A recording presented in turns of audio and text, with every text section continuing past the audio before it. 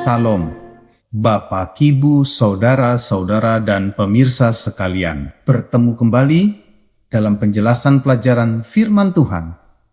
Hari ini, Sabat tanggal 25 bulan Juli tahun ke-2026. Judul pelajaran hari ini, yang juga merupakan tema utama untuk pelajaran sepanjang pekan ini, adalah semua untuk kemuliaan Allah.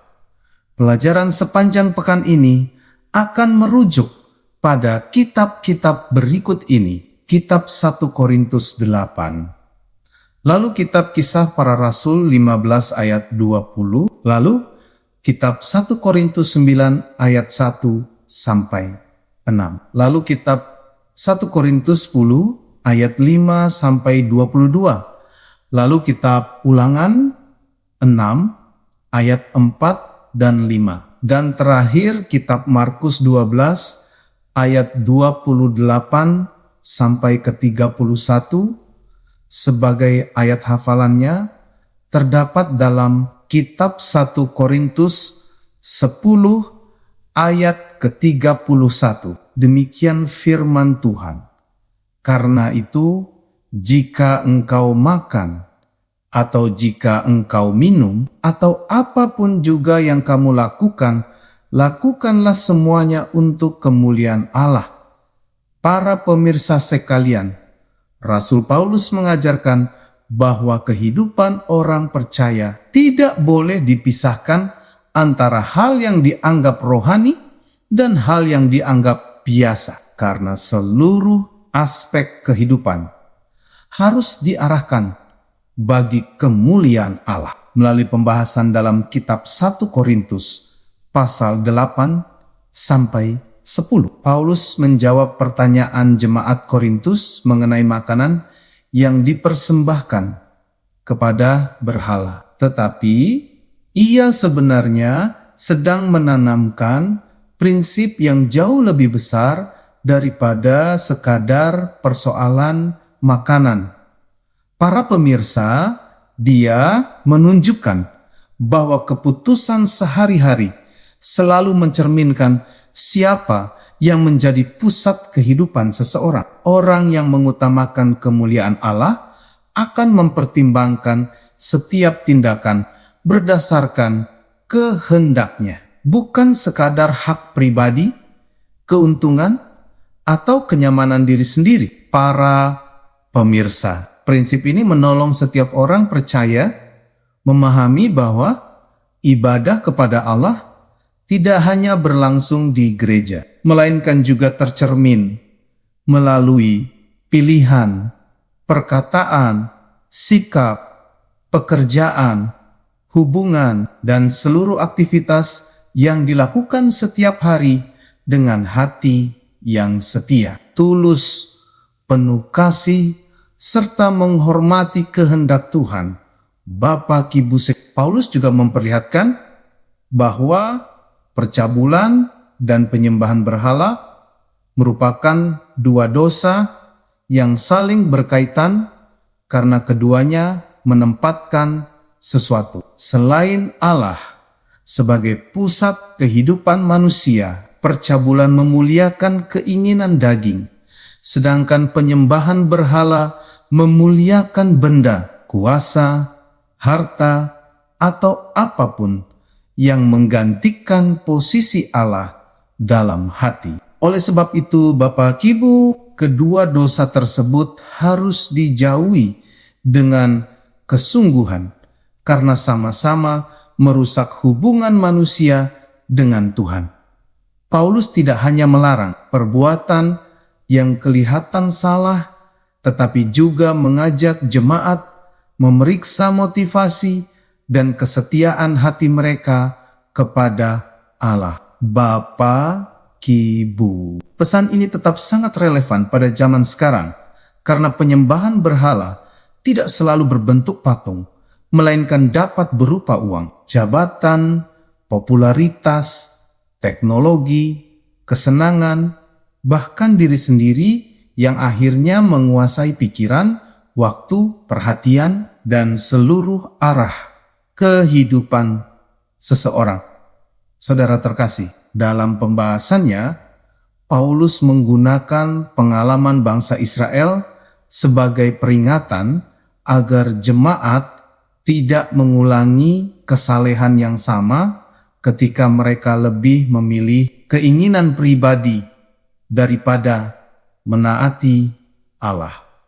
Walaupun bangsa Israel telah mengalami penyertaan, perlindungan, dan mukjizat Tuhan, banyak di antara mereka tetap jatuh ke dalam penyembahan berhala dan akhirnya menerima hukuman. Saudara, kisah tersebut menunjukkan bahwa pengalaman rohani yang luar biasa tidak menjamin seseorang tetap setia apabila tidak disertai ketaatan setiap hari. Karena itu, Paulus mengingatkan jemaat agar tidak merasa aman hanya karena memiliki pengetahuan atau pengalaman iman yang tinggi. Saudara, orang percaya harus terus berjaga-jaga, rendah hati, mengandalkan pertolongan Tuhan, serta menjadikan firman-Nya sebagai pedoman utama, supaya tidak terjerumus ke dalam dosa yang menghancurkan hubungan dengan Allah.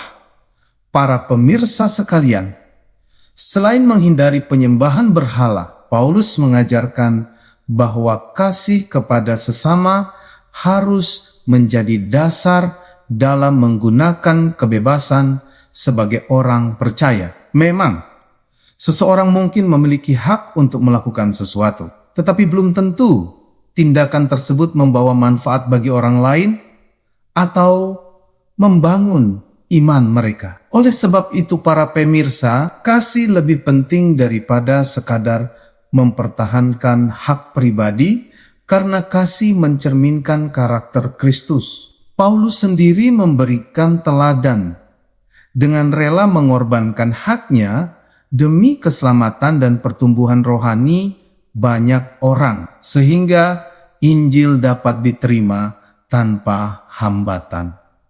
Para pemirsa, sikap seperti ini mengajarkan bahwa kehidupan Kristen bukan tentang mencari keuntungan pribadi, melainkan tentang melayani, menguat, menghargai hati nurani sesama, serta menjadi berkat melalui setiap keputusan yang diambil dengan penuh tanggung jawab di hadapan Allah. Saudara-saudara sekalian, puncak pengajaran Paulus terdapat pada ayat hafalan, yaitu bahwa apakah seseorang makan, minum, atau melakukan apapun, semuanya harus dilakukan untuk kemuliaan Allah.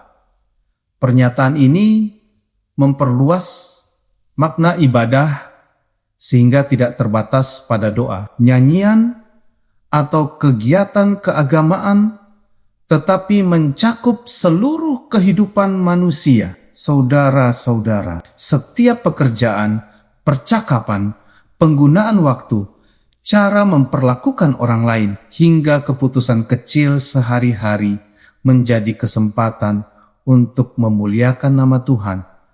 Apabila prinsip ini diterapkan dengan sungguh-sungguh, orang percaya akan belajar menolak segala sesuatu yang mencemarkan kesaksian hidup dan memilih tindakan yang menyenangkan hati Allah. Dengan demikian, saudara-saudara, kehidupan sehari-hari berubah menjadi persembahan yang hidup, mencerminkan kasih Kristus, menghadirkan damai sejahtera, serta membawa pengaruh yang baik bagi keluarga, gereja, masyarakat, dan dunia. Bapak Ibu, pelajaran pekan ini mengajak setiap orang percaya mengevaluasi siapa yang sesungguhnya menjadi pusat kehidupan mereka, karena hanya Allah yang layak menerima kemuliaan tertinggi. Paulus mengingatkan bahwa menghindari dosa bukan sekadar menaati aturan, melainkan merupakan ungkapan kasih, kesetiaan, dan penghormatan kepada Tuhan yang telah menebus manusia melalui Kristus. Bapak Ibu, ketika seseorang mengasihi Allah dengan segenap hati, jiwa, akal budi, dan kekuatannya, seluruh tindakannya akan diarahkan untuk menyenangkan Dia, serta membawa kebaikan bagi sesama. Inilah inti kehidupan Kristen yang sejati, yaitu menjadikan Allah sebagai tujuan utama dalam setiap keputusan dan tindakan tanpa memisahkan kehidupan rohani dari kehidupan sehari-hari. Dengan hidup menurut prinsip tersebut, orang percaya menjadi saksi yang hidup, memancarkan karakter Kristus, menguatkan iman sesama, serta memuliakan Allah melalui seluruh aspek kehidupannya. Para pemirsa yang diberkati Tuhan, demikianlah penjelasan pelajaran firman Tuhan untuk hari ini. Sampai bertemu pada pelajaran yang berikutnya. Tuhan memberkati kita semuanya.